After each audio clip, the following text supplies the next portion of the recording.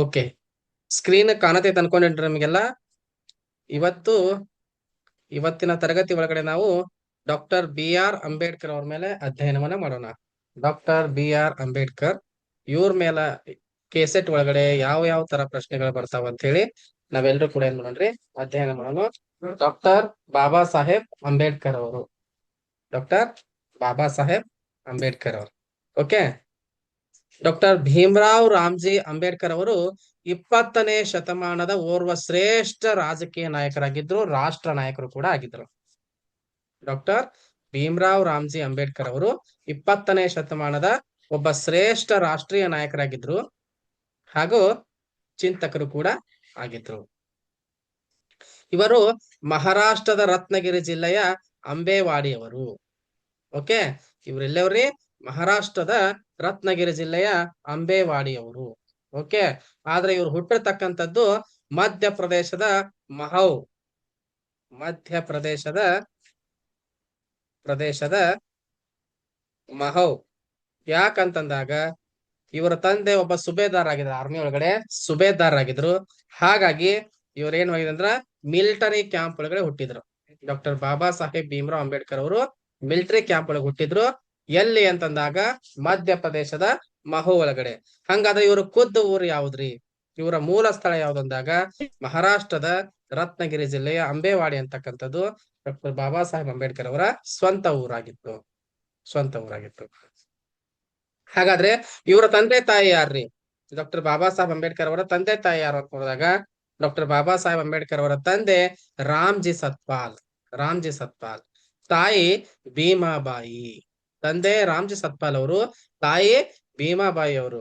ಇವರ 14ನೇ ಮಗನಾಗಿ ರಾಮ್ಜಿ ಸತ್ಪಾಲ್ ಹಾಗೂ ಭೀಮಾಬಾಯಿ ಅವರ 14ನೆಯ ಮಗನಾಗಿ 1891 ಏಪ್ರಿಲ್ 14ನೇ ತಾರೀಕು 1891 ಏಪ್ರಿಲ್ 14ನೇ ತಾರೀಕು ಏನ್ ಮಾಡ್ತಾರ್ರಿ, ಡಾಕ್ಟರ್ ಬಾಬಾ ಸಾಹೇಬ್ ಅಂಬೇಡ್ಕರ್ ಅವರು ಜನಿಸ್ತಾರೆ. ಇವರು ಮೂಲತಃ ಕಬೀರ್ ಪಂಥಕ್ಕೆ ಸೇರಿದವರು. ಓಕೆ, ಕಬೀರ್ ದಾಸ್ ಪಂಥಕ್ಕೆ ಏನ್ ಮಾಡಿದ್ರು, ಇವರು ಸೇರಿದವರಾಗಿದ್ರು. ಓಕೆ, ಇವರಿಗೆ ಬಾಲ್ಯದಲ್ಲಿ ಏನಾಗಿತ್ರಿ, ರಮಾಬಾಯಿಯೊಡನೆ ಏನಾಗಿತ್ರಿ, ಬಾಲ್ಯ ವಿವಾಹವಾಗಿತ್ತು. ಅಂಬೇಡ್ಕರ್ ಅವ್ರಿಗೆ ರಮಾಬಾಯಿಯೊಂದಿಗೆ ಏನಾಗಿತ್ರಿ, ಬಾಲ್ಯ ವಿವಾಹ ಆಗಿತ್ತು. ಓಕೆ, ರಾಜರ್ಷಿ ಛತ್ರಪತಿ ಶಾಹು ಮಹಾರಾಜರು ಸರ್ ಸಯ್ಯಾಜಿರಾವ್ ಗಾಯಕ್ವಾಡ್ ಅವ್ರು ಏನ್ ಮಾಡಿದ್ರು, ಇವರ ಶಿಕ್ಷಣಕ್ಕೆ ಸಹಾಯವನ್ನ ಮಾಡಿದ್ರು. ಡಾಕ್ಟರ್ ಬಾಬಾ ಸಾಹೇಬ್ ಅಂಬೇಡ್ಕರ್ ಶಿಕ್ಷಣಕ್ಕೆ ಸಹಾಯ ಮಾಡಿದಂತ ಮಹಾಪುರುಷರು ಯಾರು ಅಂತಂದಾಗ ಇವತ್ತು ಜಗತ್ತಿನಾದ್ಯಂತ ಅಂಬೇಡ್ಕರ್ನ ಸ್ಮರಿಸ್ತೀವಿ, ಗೌರವಿಸ್ತೀವಿ, ರೆಸ್ಪೆಕ್ಟ್ ಮಾಡ್ತೀವಿ, ಎಲ್ಲ ಮಾಡ್ತೀವಿ. ಅದ್ರ ನಿಜವಾಗ್ಲೂ ಅದರ ಕ್ರೆಡಿಟ್ ಸೇರ್ಬೇಕಾಗಿರ್ತಕ್ಕಂಥದ್ದು ಯಾರಿಗೆ ಅಂತಂದಾಗ ಛತ್ರಪತಿ ಶಾಹು ಮಹಾರಾಜರಿಗೆ ಕ್ರೆಡಿಟ್ ಸಲ್ಬೇಕು. ಸರ್ ಸಯ್ಯಾಜಿರಾವ್ ಗಾಯಕ್ವಾಡ್ ಬರೋಡಾದ ರಾಜರಾಗಿದ್ರು. ಇವರು ಕೊಲ್ಲಾಪುರದ ರಾಜರಾಗಿದ್ರು. ಗಾಯಕ್ವಾಡ್ ಅವ್ರು ಏನಾಗಿದ್ರಿ, ಬರೋಡದ ರಾಜರಾಗಿದ್ರು. ಇವರಿಬ್ಬರು ಕೂಡ ಏನ್ ಮಾಡಿದ್ರಿ, ಡಾಕ್ಟರ್ ಬಾಬಾ ಸಾಹೇಬ್ ಅಂಬೇಡ್ಕರ್ ಅವರು ಉನ್ನತ ಶಿಕ್ಷಣವನ್ನ ಪಡೋದಕ್ಕೆ ಸಹಾಯವನ್ನ ಮಾಡಿದ್ರು. ಇವರ ಮೊದಲ ಪತ್ನಿ ರಮಾಬಾಯಿ ನಿಧನರಾದ ಹಲವು ವರ್ಷಗಳ ನಂತರ, ಮೊದಲನೇ ಹೆಂಡತಿ ಯಾರ್ರಿ, ರಮಾಬಾಯಿ ಅವರು. ಅಂಬೇಡ್ಕರ್ ಅವ್ರ ಮೊದಲನೇ ಹೆಂಡತಿ ರಮಾಬಾಯಿ ಅವರು. ಇವರು ನಿಧನರಾದ ಹಲವು ವರ್ಷಗಳ ನಂತರ ಇವರು ಬ್ರಾಹ್ಮಣ ಕನ್ಯೆ ಶಾರದಾ ಕಬೀರ್ ಅವರನ್ನ ಏನ್ ಮಾಡಿದ್ರಿ, ಎರಡನೇ ವಿವಾಹ ಆದರು. ಓಕೆ, ಮೊದಲನೇ ಹೆಂಡತಿ ರಮಾಬಾಯಿ ಅವ್ರು ತೀರ್ಕೊಂಡು ಬಹಳ ವರ್ಷಗಳ ನಂತರ ಏನ್ ಮಾಡ್ತಾರೆ, ಇವರು ಬ್ರಾಹ್ಮಣ ಕನ್ಯೆ ಆಗಿರ್ತಕ್ಕಂಥ ಶಾರದಾ ಕಬೀರ್ ಅವರನ್ನ ಏನ್ ಮಾಡ್ತಾರ್ರಿ, ವಿವಾಹವಾಗುತ್ತಾರೆ, ಮದುವೆಯಾಗುತ್ತಾರೆ.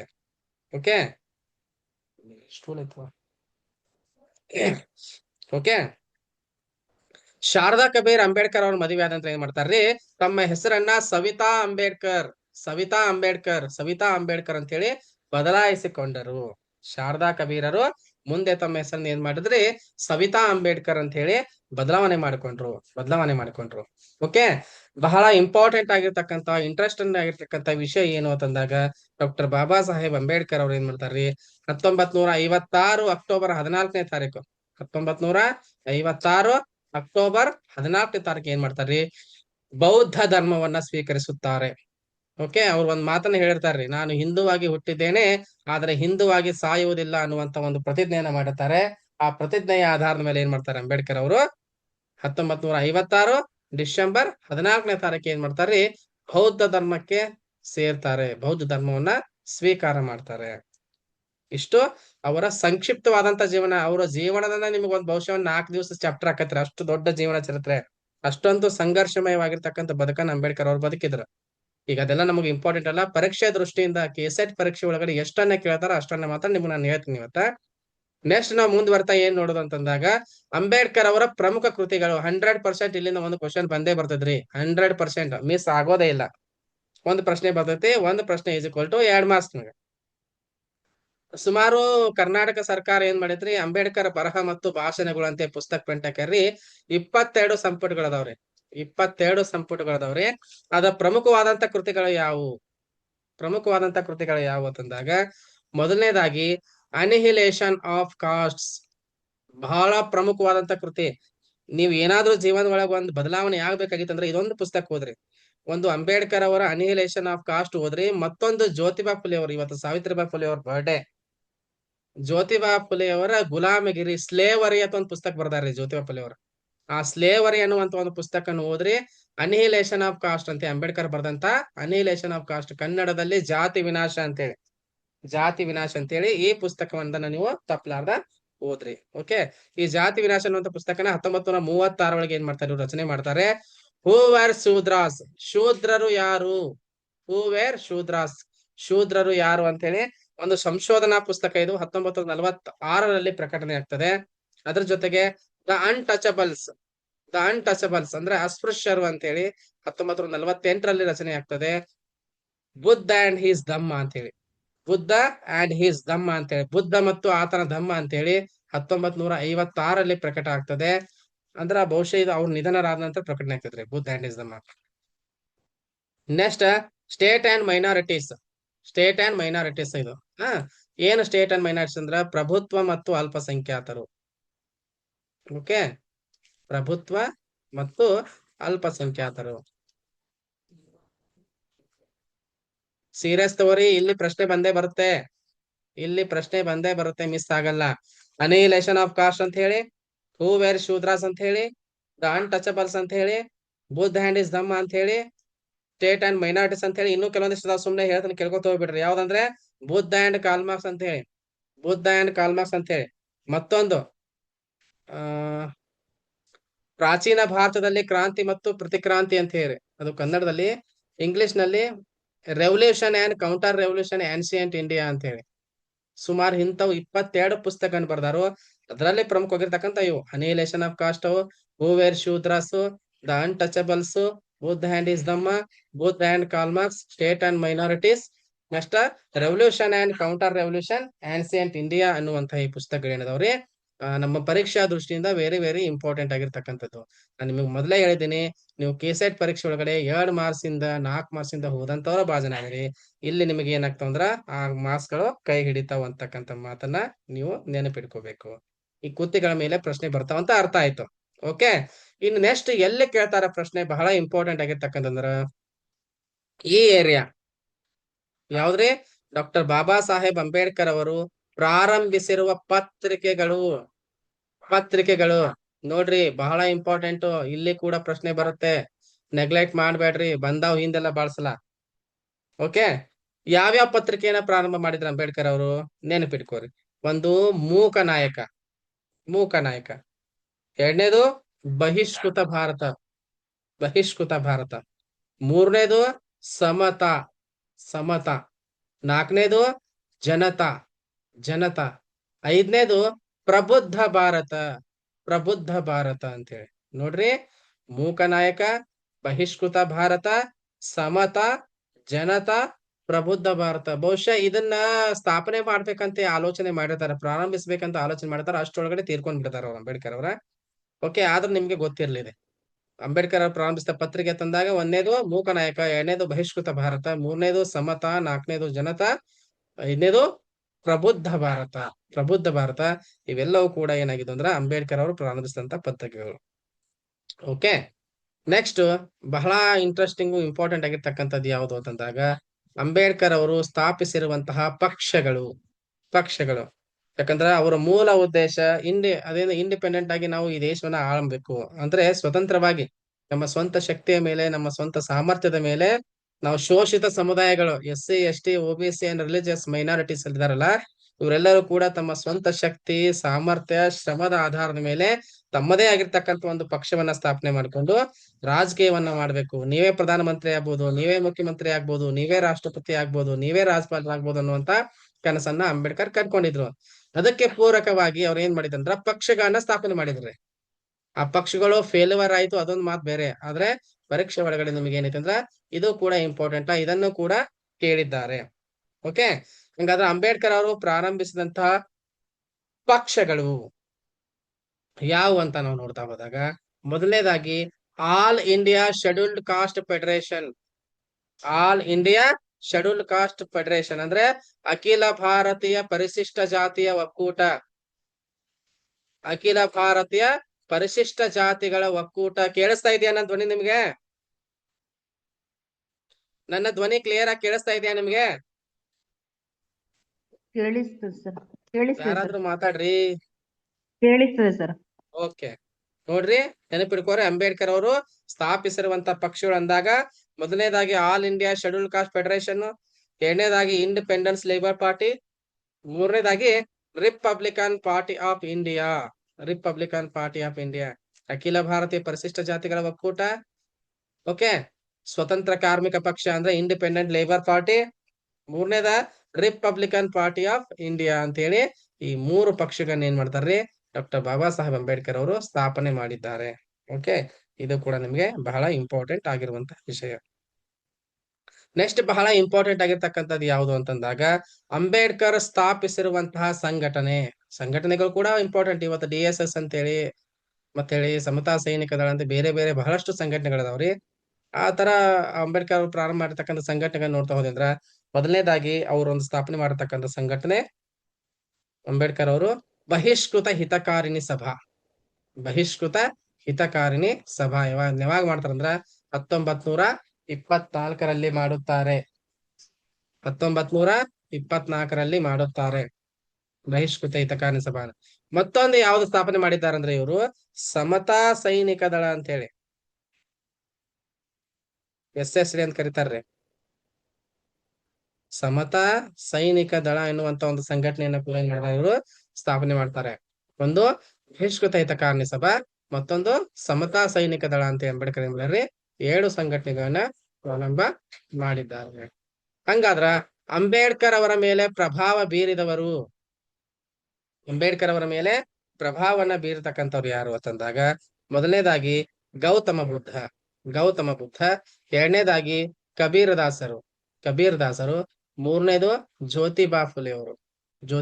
ನೆನಪಿಟ್ಕೋರಿ, ಅಂಬೇಡ್ಕರ್ ಅವರು ಎಷ್ಟೇ ಅವರು ಫಾರಿನ್ ಒಳಗಡೆ ಹೋಗಿ ದೇಶ ವಿದೇಶಗಳನ್ನು ಸುತ್ತಾಡಿ ಬಂದಿದ್ರು, ಇಂಗ್ಲಿಷ್ ಶಿಕ್ಷಣ ಪಡೆದಿದ್ರು, ಭಾರತೀಯ ಗುರು ಪರಂಪರೆಯ ಮೇಲೆ ಏನ್ ಮಾಡಿದ್ರು ಅಂದ್ರೆ ಅವರು ಅಪಾರವಾದ ವಿಶ್ವಾಸವನ್ನ ಬಿಟ್ಟಿದ್ರು. ಓಕೆ, ಯಾವ್ದ್ರ ಮೇಲ್ರಿ? ಭಾರತದ ಗುರು ಪರಂಪರೆಯ ಮೇಲೆ. ಹಂಗಂತ ಹೇಳಿ ಅವ್ರು ನೋಡ್ರಿ, ಅವರು ಗೌತಮ್ ಬುದ್ಧರನ್ನ ಕಣ್ಣಿಂದ ನೋಡಿದಿಲ್ಲ, ಸಂತ ಕಬೀರ್ ದಾಸರನ್ನ ಕಣ್ಣಿಂದ ನೋಡಿರ್ಲಿಲ್ಲ, ಜ್ಯೋತಿಬಾ ಫುಲೆ ಅವರನ್ನ ನೋಡಿರ್ಲಿಲ್ಲ. ಯಾಕಂದ್ರೆ ಹುಟ್ಟೋದಕ್ಕಿಂತ ಮುಂಚಿತವಾಗಿ ಫುಲೆ ಅವರು ನಿಧನರಾಗಿದ್ರು. ಆದ್ರೆ ಇವರು ಮೂರೂ ಜನರನ್ನ ಅಧ್ಯಯನ ಮಾಡಿರ್ತಕ್ಕಂಥ ಅಂಬೇಡ್ಕರ್ ಹೇಳ್ತಕ್ಕಂಥ ಮಾತೇನಂದ್ರ, ನನ್ನ ಅಂತರಂಗದ ಗುರುಗಳಿವರು, ನನ್ನ ಅಂತರಂಗದ ಗುರುಗಳಿವರು. ಯಾರು ಅಂಬೇಡ್ಕರ್ ಅವರ ಅಂತರಂಗದ ಗುರುಗಳು? ಒಂದು ಗೌತಮ ಬುದ್ಧರು, ಭಗವಾನ್ ಗೌತಮ ಬುದ್ಧರು. ಎರಡನೇದಾಗಿ ಸಂತ ಕಬೀರ ದಾಸರು. ಮೂರನೇದಾಗಿ ಮಹಾತ್ಮ ಜ್ಯೋತಿಬಾ ಫುಲೆ ಅವರು. ಈ ಮೂರು ಜನ ಏನಾಗಿದಂದ್ರ ಡಾಕ್ಟರ್ ಅಂಬೇಡ್ಕರ್ ಅವರ ಗುರುಗಳಾಗಿದ್ರು ಮತ್ತು ಅಂಬೇಡ್ಕರ್ ಅವರ ಮೇಲೆ ಅಗಾಧವಾದ ಪ್ರಭಾವವನ್ನು ಬೀರಿದ್ರು. ಇನ್ಫ್ಲುಯೆನ್ಸ್ ಆಗಿತ್ತು ಅಂಬೇಡ್ಕರ್ ಇವರಿಂದ. ಓಕೆ, ಅಂತಂದ ಇಂಪಾರ್ಟೆಂಟ್ ಆಗಿರ್ತಕ್ಕಂಥ ವಿಷಯಗಳಿದು. ಇನ್ನು ಬಹಳ ಇಂಪಾರ್ಟೆಂಟ್ ಆಗಿರ್ತಕ್ಕಂಥ ಮತ್ತೊಂದು ಸ್ವಲ್ಪ ವಿಷಯಗಳು ಏನು ಅಂತ ನಾವು ನೋಡ್ತಾ ಹೋದ್ರ, ಅಂಬೇಡ್ಕರ್ ಅವರು ಕೊಲಂಬಿಯಾ ವಿಶ್ವವಿದ್ಯಾಲಯದಿಂದ PhD ಪದವಿಯನ್ನ ಹಾಗೂ ಇಂಗ್ಲೆಂಡಿನ ಲಂಡನ್ ಸ್ಕೂಲ್ ಆಫ್ ಎಕನಾಮಿಕ್ಸ್ ಎಂಬ ಸಂಸ್ಥೆಯಿಂದ DSc ಪದವಿಯನ್ನ ಪಡೆದರು. ಓಕೆ, ಅಂಬೇಡ್ಕರ್ ಏನ್ ಮಾಡ್ತಾರ್ರಿ? ಕೊಲಂಬಿಯಾ ವಿಶ್ವವಿದ್ಯಾಲಯದಿಂದ, ಅಮೆರಿಕಾದ ಕೊಲಂಬಿಯಾ ವಿಶ್ವವಿದ್ಯಾಲಯದಿಂದ PhD ಪದವಿಯನ್ನ ಹಾಗೂ ಇಂಗ್ಲೆಂಡಿನ ಲಂಡನ್ ಸ್ಕೂಲ್ ಆಫ್ ಎಕನಾಮಿಕ್ಸ್ ಎನ್ನುವಂತಹ ಸಂಸ್ಥೆಯಿಂದ DSc ಅಂತಕ್ಕಂತ ಪದವಿಯನ್ನ ಪಡ್ಕೊಂಡ್ರು. ಓಕೆ, ನಿಮ್ಗೆ ಗೊತ್ತಿಲ್ರಿ DSc ಪದವಿಯ ಬಗ್ಗೆ. ಈ DSc ಪದವಿಯನ್ನ ಆಗಿನ ಕಾಲದಲ್ಲಿ ಓದೋದಕ್ಕೆ 8 ವರ್ಷಗಳು ಬೇಕಾಗಿತ್ತು. ಆದ್ರೆ ಆಶ್ಚರ್ಯ ಅಂದ್ರ ನಿರಂತರ 18 ಗಂಟೆಗಳ ಕಾಲ ಅವ್ರು ಅಧ್ಯಯನ ಮಾಡ್ತಿದ್ರು ಒಂದ್ ದಿವ್ಸಕ್ಕ 2 ವರ್ಷ 3 ತಿಂಗಳ ಒಳಗಡೆನ ಈ 8 ವರ್ಷದ ಕೋರ್ಸ್ ಅನ್ನ ಅಂಬೇಡ್ಕರ್ ಮುಗಿಸಿದ್ರಿ. ಸಾಮಾನ್ಯ ಜನ ಇದನ್ನ ಕೋರ್ಸ್ ಮುಗಿಸಾಕ ಇಷ್ಟು ವರ್ಷ ತಗೋತಿದ್ರೆ ಎಷ್ಟ್ರಿ 8 ವರ್ಷ. ಅದು ಅಂಬೇಡ್ಕರ್ ಅವರು ಸತತ ಅಧ್ಯಯನವನ್ನ ಮಾಡಿ 2 ವರ್ಷ 3 ತಿಂಗಳ ಒಳಗಡೆನೆ ಆ ಕೋರ್ಸ್ ಅನ್ನ ಏನ್ ಮಾಡಿದ್ರು ಅವರು ಮುಗಿಸ್ಬಿಟ್ರು. ಓಕೆ, ನೆಕ್ಸ್ಟ್ ಡಾಕ್ಟರ್ ಅಂಬೇಡ್ಕರ್ ಅವರು 1947ರಲ್ಲಿ 1947ರಲ್ಲಿ ಏನಾಗಿತ್ತಂದ್ರ ಮಧ್ಯಂತರ ಸರ್ಕಾರ ರಚನೆ ಆಗಿತ್ತಲ್ಲ, ಮಧ್ಯಂತರ ಸರ್ಕಾರ ರಚನೆ ಆಗಿತ್ತಲ್ಲ, ಆ ಮಧ್ಯಂತರ ಸರ್ಕಾರದಲ್ಲಿ ಕ್ಯಾಬಿನೆಟ್ ಇತ್ತಲ್ಲ, ಸಚಿವ ಸಂಪುಟ, ಆ ಸಚಿವ ಸಂಪುಟದಲ್ಲಿ ಕಾನೂನು ಮಂತ್ರಿ ಆಗಿದ್ರು ಅವರು. ಕಾನೂನು ಮಂತ್ರಿಯಾಗಿ ನೇಮಕಗೊಂಡ್ರು. ಡಾಕ್ಟರ್ ಅಂಬೇಡ್ಕರ್ ಅವರು 1956 ಡಿಸೆಂಬರ್ 6ರಂದು ಏನಾಗ್ತಾರೋ ನಿಧನರಾಗ್ತಾರೆ. ನೆನಪಿಟ್ಕೋರಿ, ಸ್ವತಂತ್ರ ಭಾರತದ ಮೊಟ್ಟ ಮೊದಲ ಕಾನೂನು ಮಂತ್ರಿ ಯಾರು ಅಂತಂದಾಗ ಅವರು ಡಾಕ್ಟರ್ B.R. ಅಂಬೇಡ್ಕರ್ ಅವರು. ಸ್ವತಂತ್ರ ಭಾರತದ ಮೊಟ್ಟ ಮೊದಲ ಕಾನೂನು ಮಂತ್ರಿ ಯಾರ್ರಿ? Doctor B.R. ಅಂಬೇಡ್ಕರ್ ಅಂತಕ್ಕಂಥದ್ದನ್ನ ನಾವೆಲ್ಲರೂ ಕೂಡ ನೆನಪಿಟ್ಕೊಳ್ಬೇಕು. ಓಕೆ, ನೆಕ್ಸ್ಟ್ ಏನ್ ಮಾಡ್ತಾರೆ ಇವ್ರ? ಸುಮ್ನೆ ನಿಮ್ಗೆ ಹೆಚ್ಚಿನ ಮಾಹಿತಿಗೆ ಇಲ್ರಿ. ನೆಹರು ಕ್ಯಾಬಿನೆಟ್ 1951ಕ್ಕೆ ರಾಜೀನಾಮೆ ಕೊಡ್ತಾರ. ಯಾಕೆ ರಾಜೀನಾಮೆ ಕೊಡ್ತಾರ ಅಂದ್ರ ಅವ್ರ ಏನ್ ಹೇಳ್ತಾರ್ರಿ, ಮಹಿಳೆಯರಿಗೆ ಏನ್ ಮಾಡ್ಬೇಕ್ರಿ, ಹಿಂದೂ ಕೋಡ್ ಬಿಲ್ ಅನ್ನ ಜಾರಿ ಮಾಡ್ಬೇಕ್ರಿ. ಮಹಿಳೆಯರಿಗೋಸ್ಕರ ಹಿಂದೂ ಕೋಡ್ ಬಿಲ್ ನ ಜಾರಿ ಮಾಡ್ಬೇಕ್ರಿ. ಓಬಿಸಿಗಳದಾರಲ್ರಿ, ಓಬಿಸಿಗಳ ಆಲ್ ಇಂಡಿಯಾ ಒಳಗಡೆ 1500 ಓಬಿಸಿ ಜಾತಿಗಳದಾವ್ರಿ. ಸಾರಿ, 3743 ಓಬಿಸಿ ಜಾತಿಗಳದಾವ್ರಿ. ಈ ಎಲ್ಲಾ ಜಾತಿಗಳಿಗೆ ಏನ್ ಮಾಡ್ಬೇಕ್ರಿ, ರಿಸರ್ವೇಶನ್ ಕೊಡ್ಬೇಕಂತೇಳಿ. ಒನ್ಲಿ SC ST ಮಾತ್ರ ಐತ್ರಿ ಮುಂಚೆ. SC ST ಗಳಿಗೆ ಮಾತ್ರ ಮೀಸಲಾತಿ ಇತ್ತು. ಅಂಬೇಡ್ಕರ್ 1951 ಏನ್ ಹೇಳ್ತಾರ್ರಿ, ಈ 3743 ಓಬಿಸಿ ಜಾತಿಗಳಿಗೆ ಕೂಡ ಏನ್ ಮಾಡ್ಬೇಕ್ರಿ, ನೀವು ಮೀಸಲಾತಿಯನ್ನ ಕೊಡ್ಬೇಕು. ಅವರು ಕೂಡ ಸಾಮಾಜಿಕವಾಗಿ ಮತ್ತು ಶೈಕ್ಷಣಿಕವಾಗಿ ಹಿಂದುಳಿದಿದ್ದಾರೆ ಅನ್ನುವಂತ ಬೇಡಿಕೆ ನೀಡ್ತಾರ್ರಿ. ಅವಾಗಿನ ಸರ್ಕಾರದ ಒಪ್ಕೊಳಂಗಿಲ್ರಿ. ಹಿಂದೂ ಕೋಡ್ ಬಿಲ್ ರೀ, ಮಹಿಳೆಯರಿಗೆ ಹಕ್ಕುಗಳನ್ನು ಕೊಡ್ಬೇಕು, ಸಮಾನತೆಯನ್ನು ಕೊಡ್ಬೇಕು ಅನ್ನುವಂತ ಹಿಂದೂ ಕೋಡ್ ಬಿಲ್ ಮಂಡಿಸ್ತಾರ್ರಿ. ಇದಕ್ಕೂ ಕೂಡ ಅವಾಗಿನ ವ್ಯವಸ್ಥೆಗಳ ಅವಕಾಶ ಕೊಡೋದಿಲ್ರಿ. ಆಮೇಲೆ ಕಾಶ್ಮೀರಕ್ಕೆ ಏನು ವಿಶೇಷ ಸ್ಥಾನಮಾನ ಕೊಟ್ಟಿರ್ತಾರಲ್ಲ, ಆ ವಿಶೇಷ ಸ್ಥಾನಮಾನ ಕೊಡ್ಬೇಡ ಅಂತ ಹೇಳ್ತಾರ್ರಿ ಅವ್ರು. ಇದನ್ನು ಕೂಡ ಅವತ್ತಿನ ಸರ್ಕಾರ ಗಣನೆಗೆ ತೆಗೆದುಕೊಳ್ಳೋದಿಲ್ಲ. ಈ 3 ವಿಷಯಗಳಿಂದ ಬೇಸತ್ತಿರ್ತಕ್ಕಂಥ ಅಂಬೇಡ್ಕರ್ ಏನ್ ಮಾಡ್ತಾರ್ರಿ, ಕೊನೆಗೆ ನಾನು ಇಲ್ಲಿ ಬಂದಿರೋದಕ್ಕೆ ಪಾರ್ಲಿಮೆಂಟ್ಗೆ, ನಾನು ಕಾನೂನು ಸಚಿವ ಆಗಿರೋದಕ್ಕೆ, ಇಲ್ಲಿ ನಮ್ಮ ಜನರಿಗೆ ಏನಾದ್ರೂ ಕೆಲಸ ಮಾಡ್ಬೇಕಂತೇಳಿ ನಾನು ಒಳಗ್ ಬಂದು ಮಹಿಳೆಯರಿಗೂ ಏನು ಮಾಡಕ್ ಆಗ್ತಾ ಇಲ್ಲ, ಓಬಿಸಿಗಳಿಗೆ ಏನು ಮಾಡಕ್ ಆಗ್ತಾ ಇಲ್ಲ, ಮತ್ತೆ ಕಾಶ್ಮೀರವನ್ನು ಕಾಪಾಡಕ್ ಆಗ್ತಾ ಇಲ್ಲ ಅಂತಂದಾಗ ನಾನು ಕಾನೂನು ಸಚಿವನಾಗಿದ್ದು ಏನ್ ಮಾಡ್ಲಿ ಅಂತ ತಿಳ್ಕೊಂಡು ಅವ್ರ ಏನ್ ಮಾಡ್ಬಿಟ್ರಿ, ಮಂತ್ರಿ ಮಂಡಲಕ್ಕೆ ರಾಜೀನಾಮೆಯನ್ನು ಕೊಟ್ಟರು. ಅಂಬೇಡ್ಕರ್ ಅವರು ಮಂತ್ರಿ ಮಂಡಲಕ್ಕೆ ರಾಜೀನಾಮೆ ಕೊಟ್ಟರು. ನಾವು ನೆನಪಿಟ್ಕೋಬೇಕ್ರಿ, ಇವತ್ತೆಲ್ರು ಮಹಿಳೆಯರು, ಈ ದೇಶದ ಎಲ್ಲಾ ಮಹಿಳೆಯರು ಇವತ್ತು ನಾವು IAS ಆಗ್ತೀವಿ, IPS ಆಗ್ತೀವಿ, ಪ್ರಧಾನಮಂತ್ರಿ ಆಗ್ತೀವಿ, ರಾಷ್ಟ್ರಪತಿ ಆಗ್ತೀವಿ, ಎಲ್ಲಾ ಆಗ್ತೀವಿ. ಆದ್ರೆ ನಮಗೋಸ್ಕರ ಒಂದು ಮಂತ್ರಿ ಸ್ಥಾನವನ್ನು ತ್ಯಾಗ ಮಾಡಿದಂತ ವ್ಯಕ್ತಿನ ನಾವು ಯಾವತ್ತೂ ಸ್ಮರಿಸ್ಬೇಕು ಅಂತಕ್ಕಂಥ ಮಾತನ್ನ ಹೇಳಿ ನಾವು ನೆಕ್ಸ್ಟ್ ಮುಂದಕ್ಕೆ ಹೋಗ್ರಿ. ಅಂಬೇಡ್ಕರ್ ಅವರು ಡಿಸೆಂಬರ್ 6, 1956 ಒಳಗಡೆ ನಿಧನರಾಗ್ತಾರೆ. ನಿಧನರಾದ ನಂತರ ಅಂಬೇಡ್ಕರ್ ಅವರು ಅದಕ್ಕಿಂತ ಮುಂಚೆ ಏನ್ ಮಾಡಿದ್ರು, ಸಂವಿಧಾನ ರಚನಾ ಸಭೆಯ ಸದಸ್ಯರಾಗಿ ಮತ್ತು ಕರಡು ರಚನಾ ಸಮಿತಿಯ ಅಧ್ಯಕ್ಷರಾಗಿ ಕಾರ್ಯನಿರ್ವಹಿಸಿದರು. ಸಂವಿಧಾನ ರಚನಾ ಸಭೆಯ ಸದಸ್ಯರಾಗಿ ಮತ್ತು ಸಂವಿಧಾನದ ಕರಡು, ಡ್ರಾಫ್ಟ್ ಅಂತ ಕರಿತೀವಿ ನಾವು. ಕರಡಿಗೆ ಇಂಗ್ಲಿಷ್ ನಲ್ಲಿ ಡ್ರಾಫ್ಟ್ ಅಂತ ಕರಿತೀವಿ. ಆ ಡ್ರಾಫ್ಟಿಂಗ್ ಕಮಿಟಿಯ ಚೇರ್ಮನ್ ಆಗಿ, ಅಧ್ಯಕ್ಷರಾಗಿ ಏನ್ ಮಾಡಿದ್ರು, ಅಂಬೇಡ್ಕರ್ ಅವರು ಕಾರ್ಯವನ್ನ ನಿರ್ವಹಿಸಿದ್ರು. ಸಂವಿಧಾನ ರಚನೆಗೆ ಇವ್ರು ನೀಡಿರ್ತಕ್ಕಂಥ ಅನುಪಮ ಸೇವೆಯನ್ನ ಪರಿಗಣಿಸಿ, ಸಂವಿಧಾನದ ರಚನೆಗೆ ಅಂಬೇಡ್ಕರ್ ಅವರು ಕೊಟ್ಟಿರ್ತಕ್ಕಂಥ ಅನುಪಮ ಸೇವೆಯನ್ನ ಪರಿಗಣಿಸಿ ಇವನ್ನು ಭಾರತದ ಸಂವಿಧಾನ ಶಿಲ್ಪಿ ಅಂತ ಕರೆಯಲಾಗಿದೆ. ಭಾರತದ ಸಂವಿಧಾನ ಶಿಲ್ಪಿ ಅಂತ ಅಂಬೇಡ್ಕರ್ ಏನ್ ಮಾಡ್ಯಾರ್ರಿ, ಕರೆಯಲಾಗ್ತಾ ಇದೆ. ಓಕೆ, ಇದ್ರ ಜೊತೆಗೆ ನಮ್ಗೆ ಗೊತ್ತಿರ್ಬೇಕ್ರಿ, ಲಂಡನ್ನಲ್ಲಿ ಜರುಗಿರ್ತಕ್ಕಂತ 3 ದುಂಡು ಮೇಜಿನ ಸಮ್ಮೇಳನದಲ್ಲಿ ಭಾಗವಹಿಸಿರ್ತಕ್ಕಂತ ಏಕೈಕ ವ್ಯಕ್ತಿ ಡಾಕ್ಟರ್ B.R. ಅಂಬೇಡ್ಕರ್ ಅವರು. ಓಕೆ, 3 ದುಂಡು ಮೇಜಿನ ಸಮ್ಮೇಳನ, 3 ಆದ್ರೂ ಲಂಡನ್ ಒಳಗಡೆ, 29ರೊಳಗಡೆ, 30ರೊಳಗಡೆ, 31ರೊಳಗಡೆ 3 ದುಂಡು ಮೇಜಿನ ಸಮ್ಮೇಳನಗಳಾದ್ರಿ. ಈ 3 ದುಂಡು ಮೇಜಿನ ಸಮ್ಮೇಳನ ಒಳಗಡೆ ಭಾಗವಹಿಸಿರ್ತಕ್ಕಂತ ಭಾರತದ ಏಕೈಕ ವ್ಯಕ್ತಿ ಯಾರ್ರಿ, ಡಾಕ್ಟರ್ B.R. ಅಂಬೇಡ್ಕರ್ ಅವರು. ಇಲ್ಲಿ ಬಹಳ ಇಂಪಾರ್ಟೆಂಟ್ ಆಗಿರ್ತಕ್ಕಂಥ ವಿಷಯ ಆಗ್ತೈತ್ರಿ, ಗಾಂಧಿ ಮತ್ತು ಅಂಬೇಡ್ಕರ್ ಮಧ್ಯೆ ದೊಡ್ಡ ಸಂಘರ್ಷ ಏರ್ಪಡ್ತೈತ್ರಿ, ಯುದ್ಧದ ರೀತಿ ಒಂದು ಸಂಘರ್ಷ ಏರ್ಪಡ್ತೈತ್ರಿ. 1932 ಸೆಪ್ಟೆಂಬರ್ 24ನೇ ತಾರೀಕು ಏನಾಕತ್ರಿ, ಗಾಂಧಿ ಮತ್ತು ಅಂಬೇಡ್ಕರ್ ಮಧ್ಯ ಪೂನಾ ಒಪ್ಪಂದ ಜರುಗುತ್ತದೆ. ಇದು ಡೇಟ್ ಅನ್ನ ಕೇಳ್ತಾರ್ರಿ, ವರ್ಷ ಮತ್ತು ಡೇಟ್ ಅನ್ನ ಕೇಳ್ತಾರ್ರಿ. 1932 ಸೆಪ್ಟೆಂಬರ್ 24ನೇ ತಾರೀಕು ಏನಾಗ್ತೈತ್ರಿ, ಅಂಬೇಡ್ಕರ್ ಮತ್ತು ಗಾಂಧೀಜಿಯವರ ಮಧ್ಯೆ ಏನಾಗ್ತೈತಿ, ಪೂನಾ ಒಪ್ಪಂದ ಜರುಗ್ತೈತಿ. ಓಕೆ, ಬಹಳ ನೋವಿನ ಸಂಗತಿ ಏನಂತಂದ್ರೆ, ಎಲ್ಲದಕ್ಕಿಂತ ಬಹಳ ನೋವು ದುಃಖದ ಸಂಗತಿ ಏನಂದ್ರ, ದೇಶಕ್ಕೆ ಇಷ್ಟೆಲ್ಲಾ ಕೊಡುಗೆಯನ್ನು ಕೊಟ್ಟಿರ್ತಕ್ಕಂಥ ಅಂಬೇಡ್ಕರ್ ಅವ್ರಿಗೆ ಏನ್ ಮಾಡೋದಂದ್ರ ಮರಣೋತ್ತರವಾಗಿ ಭಾರತ ರತ್ನವನ್ನ ಕೊಡ್ಲಾಯ್ತು. ಮರಣೋತ್ತರವಾಗಿ ಸತ್ತ ನಂತರ ನಾವೆಲ್ಲ ಅದನ್ನೆಲ್ಲ ಮಾತಾಡಕ್ ಹೋಗ್ಬಾರ್ದು. ಯಾಕಂತಂದ್ರ ಈ ದೇಶವನ್ನ ಆರ್ತಕ್ಕಂಥ ರಾಜರು, ಮಹಾರಾಜರು, ಯುವರಾಜರು, ಮರಿರಾಜರು ಅಂತ ಏನೇನ್ ಹೇಳ್ತೀವಲ್ಲ, ಎಲ್ಲರೂ ತಮಗ್ ತಾವೇ ಭಾರತ ರತ್ನ ತಗೊಂಡ್ಬಿಟ್ರಿ. ಪ್ರಧಾನಿ ಆಗೋದು, ಭಾರತ ರತ್ನ ತೊಗೊಳೋದು, ತಮ್ಮ ತಾವ ಕೊಟ್ಕೊಂಡ್ಬಿಟ್ರಿ. ಆದ್ರ ದೇಶಕ್ಕೆ ಇಷ್ಟೆಲ್ಲಾ ಕೊಡುಗೆ ಕೊಟ್ಟಂತ ಮಹಿಳೆಯರಿಗೆ, ಕಾರ್ಮಿಕರಿಗೆ ಇಷ್ಟೆಲ್ಲಾ ಕೊಡುಗೆ ಕೊಟ್ಟಿರ್ತಕ್ಕಂಥ ವ್ಯಕ್ತಿಗೆ ಏನ್ ಮಾಡ್ರಿ, ಮರಣೋತ್ತರವಾಗಿ ಭಾರತ ರತ್ನವನ್ನು ಕೊಟ್ರು. ಏನ್ ಎಷ್ಟು ಲೇಟ್ ಆದ್ರೂ ಕೂಡ ಭಾರತ ರತ್ನ ಸಿಕ್ಕೈತಿ ಅಂತಕ್ಕಂಥದ್ದು ಒಂದು ಸಮಾಧಾನದ ಸಂಗತಿ. ಇಷ್ಟು ಅಂಬೇಡ್ಕರ್ ಬಗ್ಗೆ ಮಾಹಿತಿ. ಇದ್ರ ಜೊತೆಗೆ ನಾವು ಏನ್ ಕೇಳಬಹುದು ಮತ್ತೆ ಅಂತಂದಾಗ, ಅಂಬೇಡ್ಕರ್ ಅವರು ಸಂವಿಧಾನ ರಚನಾ ಸಭೆಗೆ ಯಾವ ಕ್ಷೇತ್ರದಿಂದ ಆಯ್ಕೆಯಾಗಿದ್ದರು? ಯಾವ ಕ್ಷೇತ್ರದಿಂದ ಆಯ್ಕೆಯಾಗಿದ್ರಿ? ಮುಂಬೈ ಕೇಂದ್ರದಿಂದ. ಮುಂಬೈ. ಓಕೆ, ಮುಂಬೈ ಕೇಂದ್ರದಿಂದ ಏನ್ ಮಾಡಿದ್ರಿ? ಅಂಬೇಡ್ಕರ್ ಅವರು ಸಂವಿಧಾನ ರಚನಾ ಸಭೆಗೆ ಏನಾಗಿದ್ರಿ? ಆಯ್ಕೆಯಾಗಿದ್ದರು. ಓಕೆ, ಇಷ್ಟು ನಿಮಗೆ ನೆನಪಿರ್ಬೇಕು. ಇವರು ಕೇಂದ್ರ ಕಾರ್ಮಿಕ ಸಚಿವರಾಗಿ ಕೆಲಸ ಮಾಡಿದ್ರು. ಕೇಂದ್ರ ಕಾರ್ಮಿಕ ಸಚಿವರಾಗಿ ಕೆಲಸ ಮಾಡಿದ್ರು. ಮತ್ತೀಗ ನೀವು ಈ ದೊಡ್ಡ ದೊಡ್ಡ ನೀರಾವರಿ ಯೋಜನೆಗಳಿದಾವಲ್ರಿ ದೇಶದ, ಎಲ್ಲಾ ನೀರಾವರಿ ಯೋಜನೆಗಳ ಹಿಂದೆ ಇವರು ಏನ್ ಮಾಡಿದ್ರಿ? ಪ್ಲಾನಿಂಗ್ ಅನ್ನ, ಅಂದ್ರೆ ಯೋಜನೆಗಳನ್ನ ಏನ್ ಮಾಡಿದ್ರು? ತಯಾರಿ ಮಾಡಿದ್ರು. ಯಾಕಂದ್ರೆ ಇವರು ಯೋಜನಾ ಸಚಿವರಾಗಿ ಕೂಡ ಏನ್ ಮಾಡಿದ್ರು ಅಂದ್ರ ಬ್ರಿಟಿಷರ್ ವೈಸ್ರಾಯರ್ಗ ಏನ್ ಇದು ಇತ್ತಲ್ಲ, ವೈಸ್ರಾಯರ್ ಸಮಿತಿ ಇತ್ತಲ್ಲ, ವೈಸ್ರಾಯ ಸಮಿತಿ ಒಳಗಡೆ ಇವ್ರು ನಿರಂತರವಾಗಿ ಅಧಿಕಾರದಾಗಿದ್ರು ಅಂಬೇಡ್ಕರ್. ಯಾಕಂದ್ರೆ ಇವರು ದೇಶ ವಿದೇಶದೊಳಗಡೆ ಶಿಕ್ಷಣವನ್ನ ಪಡೆದ ಕಾರಣಕ್ಕಾಗಿ ಇವ್ರ ಜ್ಞಾನದ ಉಪಯೋಗ ತಗೋಬೇಕಂತ ಹೇಳಿ ಬ್ರಿಟಿಷ್ ಏನ್ ಮಾಡಿದಂದ್ರೆ ಅಂಬೇಡ್ಕರ್ ಅವ್ರನ್ನ ವೈಸ್ರಾಯ್ ಕಮಿಟಿ ಒಳಗಡೆ ಇವ್ರನ್ನು ಕೂಡ ಮೆಂಬರ್ ಮಾಡ್ಕೊಂಡಿದ್ರು. ಇವ್ರು ಮೆಂಬರ್ ಆದ ಕಾರಣಕ್ಕೋಸ್ಕರ ಇವ್ರಿಗೆ ಅಲ್ಲಿ ನೀರಾವರಿ ಖಾತೆಯನ್ನ, ಕಾರ್ಮಿಕ ಖಾತೆಯನ್ನ, ಬೇರೆ ಬೇರೆ ಒಳ್ಳೊಳ್ಳೆ ಖಾತೆಗಳನ್ನ ಕೊಟ್ಟಿದ್ರು.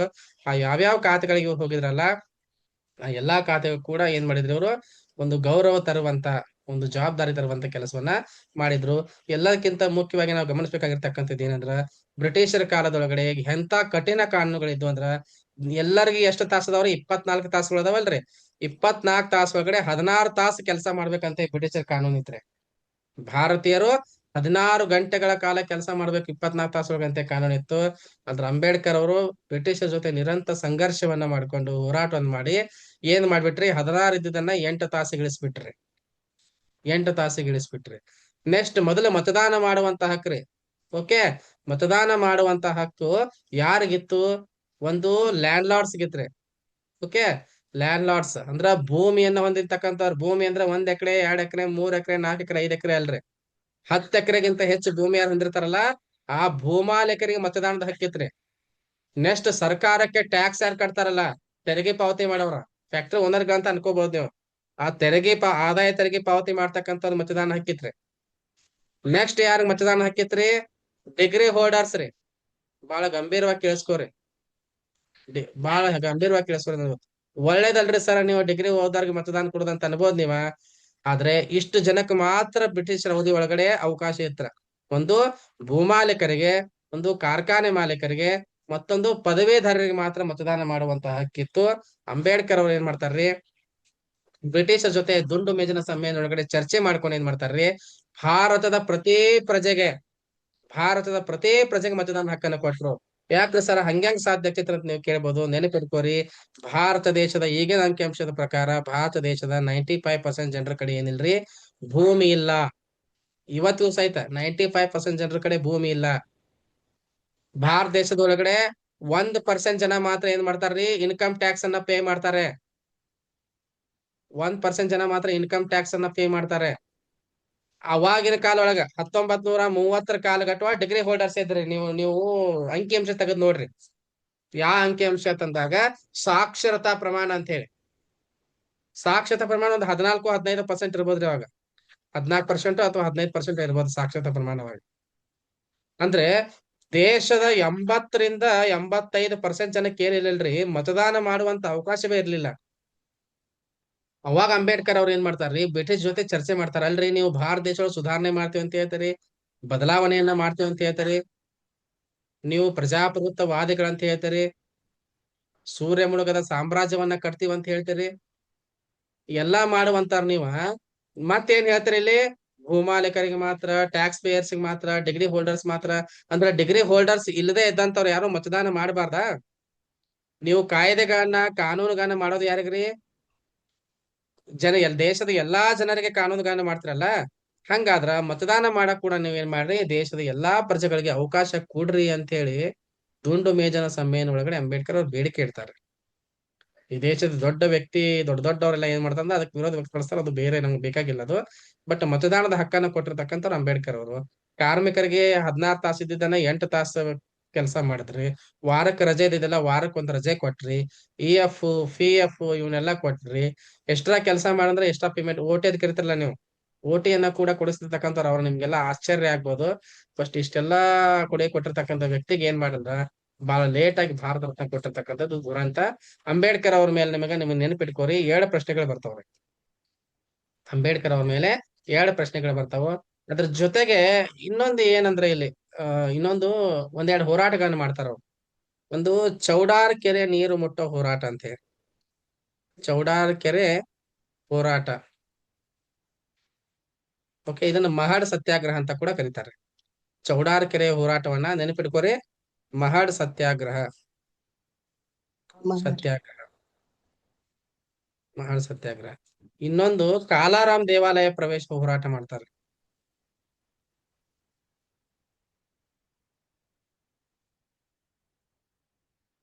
ಕಾಲಾರಾಮ್ ದೇವಾಲಯ ಪ್ರವೇಶ ಹೋರಾಟ ಮಾಡ್ತಾರೆ. ಓಕೆ, ನೆನಪಿಡ್ಕೋರಿ, ಜಗತ್ತಿನ ಇತಿಹಾಸದೊಳಗಡೆ ಹೆಣ್ಣಿಗಾಗಿ, ಹೊಣ್ಣಿಗಾಗಿ, ಮಣ್ಣಿಗಾಗಿ ಹೋರಾಟಗಳಾಗ್ಯಾವ್ರಿ. ನೀವೆಲ್ಲ ಕೇಳಿಸ್ಕೊಂಡ್ರಿ.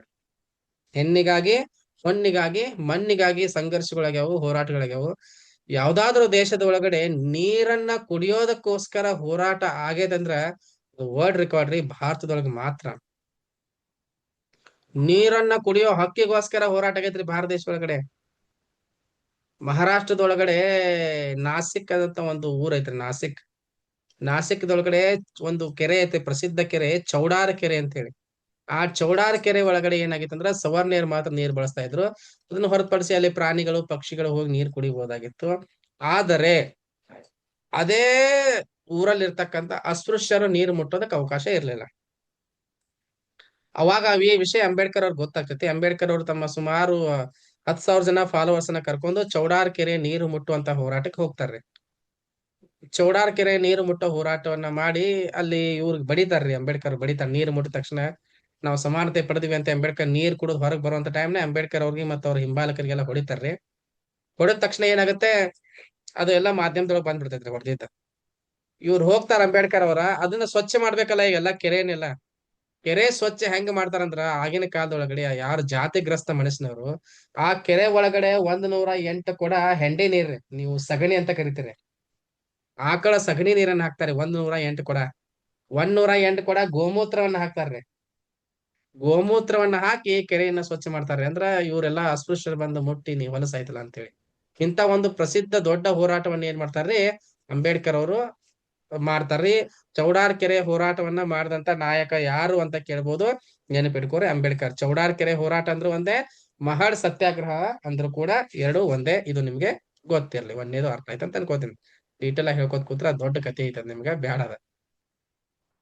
ಓಕೆ, ಎರಡನೇದು ಯಾವುದು ಅಂತಂದಾಗ ಇಂಪಾರ್ಟೆಂಟ್ ಆಗಿರ್ತಕ್ಕಂಥ ವಿಷಯ, ಎರಡನೇದು ಯಾವ್ದು ಅಂದಾಗ ಕಾಲಾರಾಮ್ ದೇವಾಲಯ ಪ್ರವೇಶ ಅಂತ ಹೇಳಿ.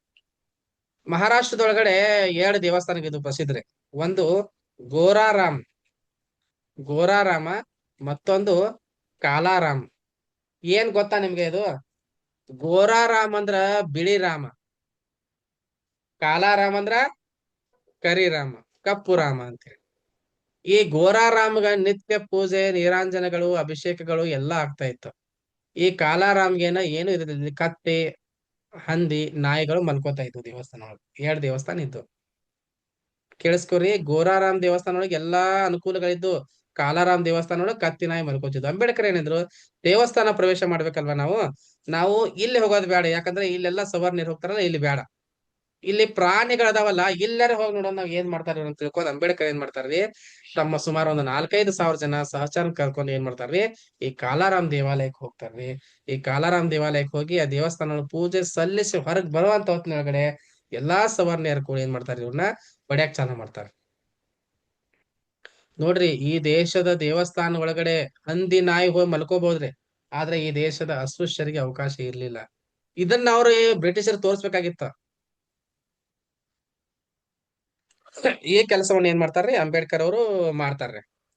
ಅಂದ್ರೆ 2 ಹೋರಾಟಗಳು, ಒಂದು ಯಾವ್ದ್ರೆ ಒಂದು ಕಾಲಾರಾಮ್ ದೇವಾಲಯ ಪ್ರವೇಶ ಹೋರಾಟ, ಒಂದು ಮಹಳ ಕೆರೆ ಸತ್ಯಾಗ್ರಹ. ಇವ್ರು ಅಂಬೇಡ್ಕರ್ ಜೀವನ ನಡೆದತಕ್ಕಂತ ಎರಡು ದೊಡ್ಡ ಘಟನೆಗಳು, ದೊಡ್ಡ ಘಟನೆಗಳಿವ.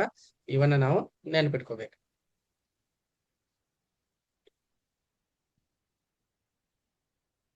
ಓಕೆ. ಮತ್ತೆ ಭಾರತ ದೇಶದೊಳಗಡೆ ಅರ್ಥಶಾಸ್ತ್ರದಲ್ಲಿ PhD ಮಾಡ್ತಕ್ಕಂತ ಮೊಟ್ಟ ಮೊದಲ ವ್ಯಕ್ತಿ ಕೂಡ ಇವರೇ. ಬಹುಶಃ ಎಕನಾಮಿಕ್ಸ್ ಮೇಷ್ಟು ಸಹಿತ ಗೊತ್ತಿರೋದಿಲ್ಲ. ಭಾರತ ದೇಶದಲ್ಲಿ ಅರ್ಥಶಾಸ್ತ್ರ ಒಳಗಡೆ PhD ಮಾಡ್ತಕ್ಕಂಥ ನಿಮ್ಗೆ ಗೊತ್ತಿರ್ಲಿ. ಇವ್ರು ಎಷ್ಟು ಗೊತ್ತಿದೆ ಅನ್ನೋ ವಿಷಯ: ಅರ್ಥಶಾಸ್ತ್ರ, ರಾಜಶಾಸ್ತ್ರ, ಸಮಾಜಶಾಸ್ತ್ರ, ಮಾನವಿಕ ಶಾಸ್ತ್ರ, ಕಾನೂನು ಶಾಸ್ತ್ರ, ತತ್ವಶಾಸ್ತ್ರ, ತರ್ಕಶಾಸ್ತ್ರ. ಹೇಳ್ಕೋತ ಹೋದ್ರ ನಿದ್ದೆ ಬರ್ತೈತ್ರಿ. ಅಷ್ಟೊಂದು ಏನ್ರಿ ಅಧ್ಯಯನವನ್ನ ಅಂಬೇಡ್ಕರ್ ಅವ್ರು ಮಾಡಿದ್ರು. ಇಷ್ಟೊಂದು ಅಧ್ಯಯನ ಮಾಡಿದ್ರು ಅನ್ನೋ ಕಾರಣಕ್ಕೋಸ್ಕರನ ಭಾರತದ ಸಂವಿಧಾನ ಬರೆಯುವಂತಹ ಒಂದು ಮಹತ್ತರವಾದಂತ ಜವಾಬ್ದಾರಿ ಅವ್ರ ಮೇಲೆ ಸಿಕ್ಕಿತ್ರಿ. ಬಹಳಷ್ಟು ಜನ ಇದ್ರಿ ಬರೆಯುವಂತವ್ರ ಸಾಮರ್ಥ್ಯ ಇದ್ದಂತವ್ರು. ಅದು ಇವ್ರಿಗೆ ಯಾಕೆ ಬಂದಂದ್ರ ಒಂದು ಅತ್ಯಂತ ತಳಮಟ್ಟದಿಂದ ಬಂದಿದ್ರಿ ಇವರು. ಮತ್ತು ಇವ್ರು ಪಡೆದಂತ ಶಿಕ್ಷಣ, ಈ ಹೊಂದಿರದಂತ ಜ್ಞಾನ ಐತಲ್ಲ ಅಷ್ಟೊಂದು. ಇವ್ರು ಏನ್ ಮಾಡಿದಂದ್ರ ಸುಮಾರು 50,000ಕ್ಕಿಂತ ಹೆಚ್ಚು ಪುಸ್ತಕಗಳನ್ನ ಓದ್ಕೊಂಡಿದ್ರು ಅಂತಕ್ಕಂಥ ಮಾತನ್ನ ಕೂಡ ನಾವು ನೆನಪಿಟ್ಕೋಬೇಕ್ರಿ. ನಿಮ್ಗೆ ಮತ್ತೊಂದ್ಸಲ ನೆನಪು ಮಾಡ್ತೇನ್ರಿ ಇವ್ರ ಜೀವನದೊಳಗಡೆ ಇಂಪಾರ್ಟೆಂಟ್ ವ್ಯಕ್ತಿ ಆಗಿರೋದ್ರಿಂದ. ನೋಡ್ರಿ, ಡಾಕ್ಟರ್ BR ಅಂಬೇಡ್ಕರ್ ಅವರು 20ನೇ ಶತಮಾನದ ಶ್ರೇಷ್ಠ ನಾಯಕ, ಮಹಾರಾಷ್ಟ್ರದ ರತ್ನಗಿರಿ ಜಿಲ್ಲೆ ಅಂಬೇವಾಡಿ ಅವರು. ಇವ್ರ ತಂದೆ ರಾಮ್ಜಿ ಸತ್ಪಾಲು, ತಾಯಿ ಭೀಮಾಬಾಯಿ. ಇವ್ರ 14ನೇ ಮಗ. 1891 ಏಪ್ರಿಲ್ 14 ಅಂಬೇಡ್ಕರ್ ಅವರು ಹುಟ್ಟಿದ್ರು. ಇವರು ಕಬೀರ್ ಪಂಥಕ್ಕೆ ಸೇರಿದ್ರು. ಇವರ ಮೊದಲನೇ ಹೆಂಡತಿ ರಮಾಬಾಯಿ, ಎರಡನೇ ಹೆಂಡತಿ ಯಾರು ಅಂದಾಗ ಶಾರದಾ ಕಬೀರ್ ಅಥವಾ ಸವಿತಾ ಅಂಬೇಡ್ಕರ್ ಅಂತ ಹೇಳಿ. ಓಕೆ. ಇವ್ರಿಗೆ ಶಿಕ್ಷಣ ಕಲಿಯೋದಕ್ಕೆ ಸಹಾಯ ಮಾಡ್ತಕ್ಕಂಥವ್ರು ಕೊಲ್ಲಾಪುರದ ರಾಜ ಆಗಿರ್ತಕ್ಕಂಥ ಛತ್ರಪತಿ ಶಾಹು ಮಹಾರಾಜ್ ಅವರು. ಇವರನ್ನ ಮೀಸಲಾತಿಯ ಜನಕ ಅಂತ ಕರಿತೀವಿ. ಶಾಹು ಮಹಾರಾಜರನ್ನ ಮೀಸಲಾತಿ ಜನಕ ಅಂತ ಕರಿತೀವಿ. ಅವ್ರು ಅಂಬೇಡ್ಕರ್ ಓದೋಕ್ ಸಹಾಯ ಮಾಡಿದ್ರು. ಅದ್ರ ಜೊತೆಗೆ ಸರ್ ಸಯ್ಯಾಜಿರಾವ್ ಗಾಯಕ್ವಾಡ್ ಅವರು ಬರೋಡಾದ ರಾಜರಾಗಿದ್ರು ಇವರು. ಇವರು ಕೂಡ ಏನ್ ಮಾಡಿದ್ರು ಅಂದ್ರೆ ಶಿಕ್ಷಣಕ್ಕೆ ಸಹಾಯ ಮಾಡಿದ್ರು. ಅಂಬೇಡ್ಕರ್ ಅವ್ರ ಮೊದಲನೇ ಪತ್ನಿ ರಮಾಬಾಯಿ ತೀರ್ಕೊಂಡ ನಂತರ ಎರಡನೇ ಪತ್ನಿ ಯಾರ್ರಿ ಶಾರದಾ ಕಬೀರನ್ನ ಮದುವೆ ಆಗ್ತಾರ್ರಿ. ಮದುವೆ ನಂತರ ಶಾರದಾ ಕಬೀರ್ ಅವ್ರು ಏನ್ ಮಾಡ್ತಾರ್ರಿ, ತಮ್ಮ ಹೆಸರನ್ನ ಸವಿತಾ ಅಂಬೇಡ್ಕರ್ ಅಂತ ಹೇಳಿ ಬದಲಾವಣೆ ಮಾಡ್ಕೋತಾರೆ. ಓಕೆ. ಅಂಬೇಡ್ಕರ್ ಏನ್ ಮಾಡ್ತಾರ್ರಿ, ಅಕ್ಟೋಬರ್ 14ನೇ ತಾರೀಕು 1956 ಒಳಗಡೆ ಬೌದ್ಧ ಧರ್ಮವನ್ನ ಸ್ವೀಕರಿಸ್ತಾರೆ. ಓಕೆ. ಅವರ ಪ್ರಮುಖ ಕೃತಿಗಳಂತ ನಾವು ನೋಡ್ತಾ ಹೋದಂದ್ರ ಅಂಬೇಡ್ಕರ್ ಅವರ ಪ್ರಮುಖವಾದಂತ ಕೃತಿಗಳನ್ನ ನಾವು ನೋಡ್ತಾ ಹೋದ್ರಿಂದ, ಕೃತಿಗಳ ಮೇಲೆ ಪ್ರಶ್ನೆ ಬರ್ತದೆ ಅಂತ ಹೇಳಿದೆ ನಿಮ್ಗೆ, ನಿಮ್ಗೆ ನೆನಪಿಟ್ಕೋರಿ. ಪ್ರಮುಖ ಕೃತಿಗಳು: ಅನಿಹಿಲೇಷನ್ ಆಫ್ ಕಾಸ್ಟ್, ಜಾತಿ ವಿನಾಶ, ಹೂ ಆರ್ ಶೂದ್ರ, ಶೂದ್ರರು ಯಾರು, ದ ಅನ್ಟಚಬಲ್ಸ್, ಅಸ್ಪೃಶ್ಯರು, ಬುದ್ಧ ಅಂಡ್ ಇಸ್ ಧರ್ಮ, ಬುದ್ಧ ಮತ್ತು ಆತನ ಧರ್ಮ, ಸ್ಟೇಟ್ ಅಂಡ್ ಮೈನಾರಿಟೀಸ್, ಪ್ರಭುತ್ವ ಮತ್ತು ಅಲ್ಪಸಂಖ್ಯಾತರು, ರೆವಲ್ಯೂಷನ್ ಅಂಡ್ ಕೌಂಟರ್ ರೆವಲ್ಯೂಷನ್. ಇಲ್ಲಿಲ್ಲ ಅದು, revolution and counter revolution, ancient India ಅಂತ ಹೇಳಿ. ಪ್ರಾಚೀನ ಭಾರತದಲ್ಲಿ ಕ್ರಾಂತಿ ಮತ್ತು ಪ್ರತಿಕ್ರಾಂತಿ ಅಂತಕ್ಕಂಥ ಪುಸ್ತಕ. ಬುದ್ಧ ಅಂಡ್ ಕಾಲ್ಮಾರ್ಕ್ಸ್, ಬುದ್ಧ ಮತ್ತು ಕಾಲ್ಮಾರ್ಕ್ಸ್ ಅಂತ ಹೇಳಿ. ಓಕೆ. ಇಷ್ಟೊಂದು ಪುಸ್ತಕಗಳನ್ನ ಅಂಬೇಡ್ಕರ್ ರಚಿಸಿದ್ರು.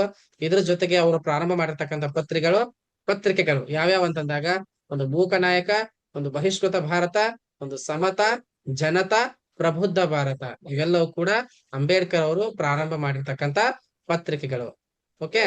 ನೆಕ್ಸ್ಟ್ ಅಂಬೇಡ್ಕರ್ ಸ್ಥಾಪನೆ ಮಾಡಿರ್ತಕ್ಕಂಥ ಪಕ್ಷಗಳು ನೋಡ್ತಾ ಹೋದಂದ್ರ ಮೊದಲನೇದಾಗಿ all India schedule caste federation, ಅಂದ್ರೆ ಅಖಿಲ ಭಾರತೀಯ ಪರಿಶಿಷ್ಟ ಜಾತಿಗಳ ಒಕ್ಕೂಟ ಅಂತೇಳಿ.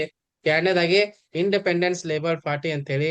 ಅದಾದ ನಂತರ ರಿಪಬ್ಲಿಕನ್ ಪಾರ್ಟಿ ಆಫ್ ಇಂಡಿಯಾ ಅಂತೇಳಿ. ಈ 3 ಪಕ್ಷಗಳನ್ನ ಅಂಬೇಡ್ಕರ್ ಅವರು ಸ್ಥಾಪನೆ ಮಾಡಿರ್ತಾರೆ. ಇವ್ರು ಪ್ರಾರಂಭ ಮಾಡಿರ್ತಕ್ಕಂಥ ಸಂಘಟನೆಗಳ ತಂದಾಗ, ಒಂದು ಬಹಿಷ್ಕೃತ ಹಿತಕಾರಣಿ ಸಭಾ ಅಂತೇಳಿ, ಮತ್ತೊಂದು ಸಮತಾ ಸೈನಿಕ ದಳ ಅಂತೇಳಿ. ಓಕೆ. ಸಮತಾ ಸೈನಿಕ ದಳ ಅಂತ ಹೇಳಿ 2 ಸಂಘಟನೆಗಳನ್ನ ಏನ್ ಮಾಡಿದಂದ್ರ ಅಂಬೇಡ್ಕರ್ ಅವರು ಪ್ರಾರಂಭ ಮಾಡಿದ್ರು. ಇವ್ರ ಜೀವನದಲ್ಲಿ ಪ್ರಭಾವ ಬೀರ್ತಕ್ಕಂಥವ್ರು ಗೌತಮ್ ಬುದ್ಧರು, ಕಬೀರ್ ದಾಸರು, ಫುಲೆ ಅವರು ಇವ್ರ ಜೀವನ ಮೇಲೆ ಅಗಾಧವಾದ ಪರಿಣಾಮ ಬೀರಿದ್ರು. ಇವರು ಕೊಲಂಬಿಯಾ ಯೂನಿವರ್ಸಿಟಿಯಿಂದ PhD ಯನ್ನ, ಇಂಗ್ಲೆಂಡ್ ಇಂದ ಲಂಡನ್ ಸ್ಕೂಲ್ ಆಫ್ ಎಕನಾಮಿಕ್ಸ್ ಇಂದ DSc ಪದವಿಯನ್ನು ಏನ್ ಮಾಡಿದ್ರಂದ್ರ ಪಡೆದುಕೊಂಡಿದ್ರು. 1947ರಲ್ಲಿ ನೆಹರು ಕ್ಯಾಬಿನೆಟ್ ನಲ್ಲಿ ಕಾನೂನು ಮಂತ್ರಿಯಾಗಿ ಏನ್ ಮಾಡಿದಂದ್ರೆ ಇವರು ನೇಮಕಗೊಂಡಿದ್ರು. ಅಂಬೇಡ್ಕರ್ ಅವರು 1956 ಡಿಸೆಂಬರ್ 6ನೇ ತಾರೀಕು ಏನಾಗ್ತಾರಂದ್ರ ನಿಧನರಾಗ್ತಾರೆ. ಮುಂಬೈ ಕೇಂದ್ರದಿಂದ ಸಂವಿಧಾನ ರಚನಾ ಸಮಿತಿಗೆ ಆಯ್ಕೆ ಆಗ್ತಾರ್ರಿ. ಸಂವಿಧಾನ ರಚನಾ ಸಮಿತಿಯ ಸದಸ್ಯರಾಗಿ, ಸಂವಿಧಾನ ಕರಡು ರಚನಾ ಸಮಿತಿಯ ಅಧ್ಯಕ್ಷರಾಗಿ, ಅಂದ್ರೆ ಡ್ರಾಫ್ಟಿಂಗ್ ಕಮಿಟಿ ಅಧ್ಯಕ್ಷರಾಗಿ ಇವರು ಕೆಲಸ ಮಾಡ್ತಾರೆ. ಇವರು ಸಲ್ಲಿಸಿರ್ತಕ್ಕಂಥ ಸೇವೆಯನ್ನ ಗಮನಿಸಿ ಇವ್ರನ್ನ ಏನಂತ ಕರೀತಾರ್ರಿ, ಭಾರತದ ಸಂವಿಧಾನ ಶಿಲ್ಪಿ ಅಥವಾ ಭಾರತದ ಸಂವಿಧಾನದ ತಾಯಿ ಅಂತ ಕರೀತಾರ್ರಿ. ಅದ್ರ ಜೊತೆಗೆ ಇವ್ರಿಗೆ 1991 ಏನ್ ಮಾಡ್ತಾರಂದ್ರ ಭಾರತ ರತ್ನವನ್ನ ಮರಣೋತ್ತರವಾಗಿ ಕೊಡ್ತಾರ್ರಿ. 3 ದುಂಡು ಮೇಜಿನ ಸಮಯದಲ್ಲಿ ಭಾಗವಹಿಸಿರ್ತಕ್ಕಂಥ ಏಕೈಕ ವ್ಯಕ್ತಿ ಅಂಬೇಡ್ಕರ್ ಅವರಾಗಿದ್ದಾರೆ. 1932 ಸೆಪ್ಟೆಂಬರ್ 24ರಂದು ಗಾಂಧಿ ಅವ್ರ ಜೊತೆ ಏನ್ ಮಾಡ್ತಾರಂದ್ರ ಪೂನಾದ ಯರವಾಡ ಜೈಲ್ ಒಳಗಡೆ ಪೂನಾ ಒಪ್ಪಂದವನ್ನ ಮಾಡ್ಕೋತಾರೆ ಇವರು. ಓಕೆ. ಇಷ್ಟು ಅಂಬೇಡ್ಕರ್ ಬಗ್ಗೆ ನೀವು ತಿಳಿದುಕೊಳ್ಬೇಕಾಗಿರುವಂತಹ ಮಾಹಿತಿ. ಖಂಡಿತವಾಗ್ಲೂ ನಿಮ್ಗೆ ಏನೈತಂದ್ರ ಬಹಳ ಬಹಳ ಇಂಪಾರ್ಟೆಂಟ್. ನಿಮ್ಮ ಗೆಲುವಿನ ದಳಕ್ಕೆ ಸೇರಿಸೋದಕ್ಕೆ ಇದು ಕೂಡ ನಿಮ್ಗೆ ಏನ್ ಮಾಡ್ಬೋದ್ರಿ, ಸಹಾಯ ಮಾಡ್ಬೋದು. ಯಾಕಂದ್ರೆ ನಿಮ್ಗಾಗ್ಲೇ ಹೇಳಿದೆ ನಾನು, 1 ಮತ್ತು 2 ಕ್ವಶನ್ ಇಂದ ಮಿಸ್ ಆಗಂತವ್ರು ಬಾಳ ಇರ್ತೀರಿ. ನಿಮ್ಗೆಲ್ಲಾ ಇಲ್ಲೇ ರೀ, ಒಂದು ಕೃತಿಗಳ ಮೇಲೆ, ಒಂದು ಪಕ್ಷಗಳ ಮೇಲೆ, ಮತ್ತೊಂದು ಅವ್ರ ಪತ್ರಿಕೆಗಳ ಮೇಲೆ, 3 ಒಳಗ ಕಡ್ಡಾಯ ಪ್ರಶ್ನೆಗಳು ಬರ್ತಿರ್ತಾವ. ಇವನ್ನ ನೀವು ಫೋಕಸ್ ಮಾಡಿ ಓದಿದ್ರಂದ್ರ ಖಂಡಿತವಾಗ್ಲೂ ನೀವು ಗೆಲುವಿನ ದಡವನ್ನ ಸೇರ್ತೀರಿ ಅನ್ನುವಂತ ಮಾತನ್ನ ಹೇಳಿ ಇವತ್ತಿನ ತರಗತಿಯನ್ನ ಇಲ್ಲಿಗೆ ಮುಗಿಸೋಣ. ಎಲ್ರೂ ಕೂಡ ಗುಡ್ ನೈಟ್. ಜೈ ಹಿಂದ್.